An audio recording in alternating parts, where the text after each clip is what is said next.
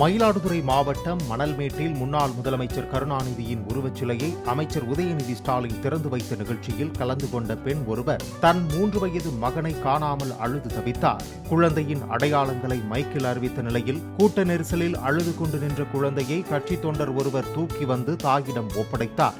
மகிழ்ச்சியில் குழந்தையை வாரி அணைத்துக் கொண்ட அந்த பெண் உடனடியாக வீட்டுக்கு புறப்பட்டார்.